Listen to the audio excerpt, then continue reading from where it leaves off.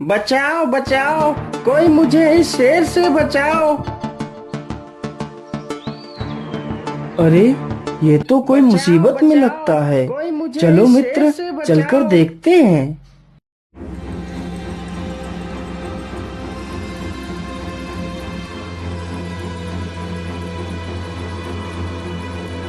बचाओ बचाओ, कोई मुझे इस शेर से बचाओ।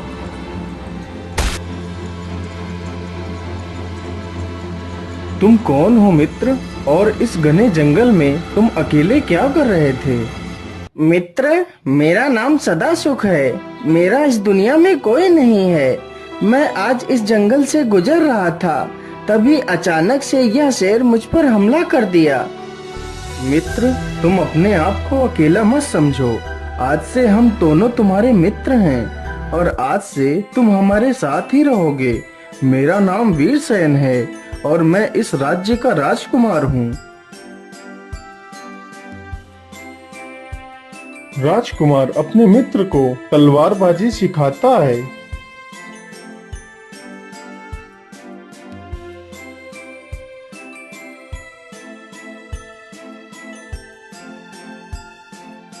अरे मित्र, आज मैं अपनी ससुराल जाना चाहता हूँ और वहाँ से तुम्हारी भाभी को लाना चाहता हूँ। इसलिए मैं चाहता हूँ कि तुम दोनों भी मेरे साथ चलो। हाँ हाँ, क्यों नहीं मित्र, हम दोनों तुम्हारे साथ अवश्य चलेंगे। मुझे इसके लिए अपने पिता से अनुमति लेनी पड़ेगी। पिताजी, आज मैं अपने मित्र के साथ उसकी ससुराल जाना चाहता हूँ। मुझे जाने की अनुमति दें। ठीक है पुत्र, मैं तुम्हें जाने की अनुमति तो देता हूँ, लेकिन पुत्र अपना ख्याल रखना। पिताजी, आप बिल्कुल भी चिंता ना करिए। मेरा ध्यान रखने के लिए मेरे दो मित्र मेरे साथ ही हैं। इतना कहकर वीरसेन अपने मित्रों के साथ निकल पड़ता है।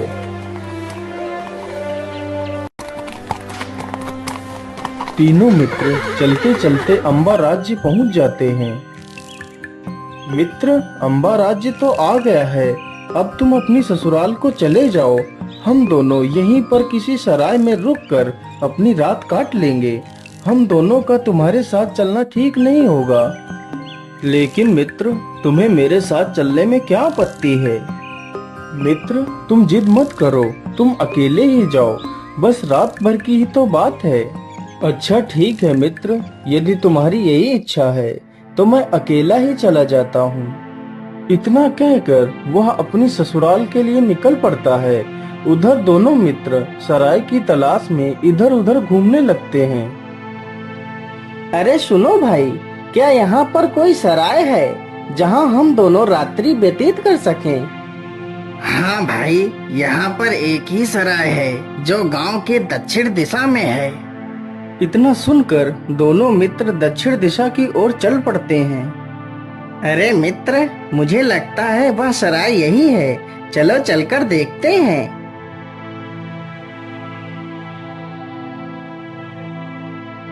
अरे माताजी, हम दोनों परदेसी हैं और आज रात इस सराय में रुकना चाहते हैं।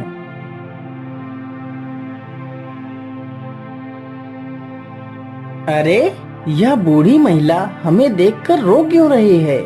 इसका क्या कारण है? अरे मित्र, यह माताजी तो रोने लगी। इन्हें क्या हुआ? चलो मित्र, हम अंदर चलकर किसी और से पूछते हैं।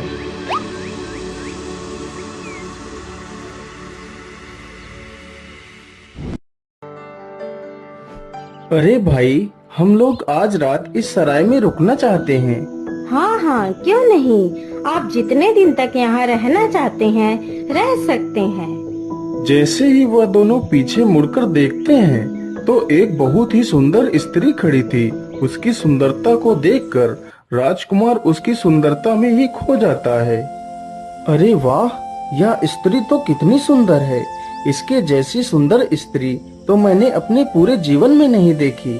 काश मुझे इस सुंदर स्त्री के साथ एक रात बिताने को मिल जाता तो आनंद ही आ जाता। जिसकी सुंदरता में राजकुमार खो गया था, वह स्त्री पेशे से एक वैश्या थी। अजीब, आज रात भर क्या आप मुझे ही घूरते रहोगे या कुछ और भी करोगे? कुछ और क्या सुंदरी? यही कि आज रात भर आप जागते ही रहेंगे क्या, सोएंगे नहीं? फिर वह दोनों मित्र शयन कक्ष में चले जाते हैं।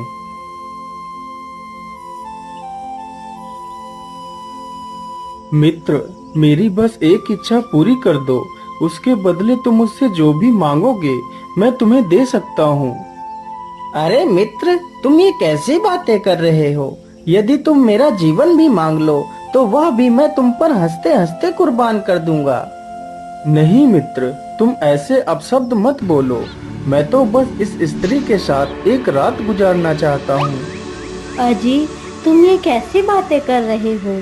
मैं तो खुद तुमसे मिलने के लिए बेचैन हूँ। ठीक है मित्र, तुम दोनों यहीं सो जाओ और मैं बाहर जाकर सो जाता हूँ। इतना कहकर वह बाहर चला जाता है, लेकिन वह यहाँ के माहौल को देखकर बहुत ही चिंतित था। आखिर यहाँ क्या चल रहा है? हमारे इस सराय में प्रवेश करते ही वह बूढ़ी महिला क्यों रोई थी? मुझे इसका पता लगाना चाहिए। अरे माता जी, मेरा नाम सदा सुख है और जो अंदर है वह मेरा मित्र है। हम दोनों आज रात के लिए ही यहाँ आए हुए हैं। हाँ हाँ बेटा, मैं जानती हूँ। लेकिन माता जी, मेरे अंदर एक सवाल चल रहा है। यदि आपकी इच्छा हो तो क्या मैं आपसे पूछ सकता हूँ? हाँ बेटा, जरूर पूछो, तुम्हें क्या पूछना है? माता जी, जब हम दोनों मित्र इस सराय में आए थे तो तुम हमें देखकर क्यों रोई थी? तुम्हारा इस प्रकार रोने का क्या कारण था माता? पुत्र, मैं तुम्हें देखकर इसलिए रोई थी क्योंकि तुम दोनों मुझे बहुत ही मासूम और नेक दिल लगे थे। लेकिन माता जी, इसमें रोने की क्या आवश्यकता थी? पुत्र, मैं रोई इसलिए थी कि कल तुम्हारा प्रिय मित्र मर जाएगा। बूढ़ी महिला की यह बात सुनते ही उसके पैरों तले जमीन खिसक गई। लेकिन माता जी, मेरे मित्र को कौन मारना चाहता है? कृपा कर मुझे उसका नाम बताइए। देखो पुत्र, आज रात तुम्हारा मित्र जिस औरत के साथ सो रहा है वह कोई औरत नहीं बल्कि एक नागिन है, जो आधी रात होते ही मुसाफिर को डस लेती है और उनका सारा धन लूट लेती है। बस यही सारी बातें सोचकर मैं रोने लगी थी। माता जी, मेरे रहते हुए मारना तो दूर, मेरे मित्र की तरफ कोई आंख उठाकर भी नहीं देख सकता। इतना कहकर वह चुपके से राजकुमार के कमरे में जाकर छिप जाता है। जैसे ही आधी रात गुजरती है तो वह नागिन चुपचाप उठती है और अपने आप को दो भागों में बांट लेती है। एक तो चुपचाप राजकुमार के पास लेट जाती है और दूसरी नागिन का रूप बदल लेती है। जैसे ही वह नागिन राजकुमार को डसने के लिए आगे बढ़ती है, तभी राजकुमार का मित्र अपनी तलवार से उस नागिन को दो टुकड़ों में काट देता है और उसे एक कोने में छिपा देता है तथा सराय से बाहर चला जाता है। तभी उसने देखा कि एक सुंदर स्त्री सज धज कर हाथ में दीपक लिए जंगल की ओर चली जा रही है। अरे, इतनी रात्रि में यह महिला जंगल क्यों जा रही है? मुझे इसका पता लगाना चाहिए।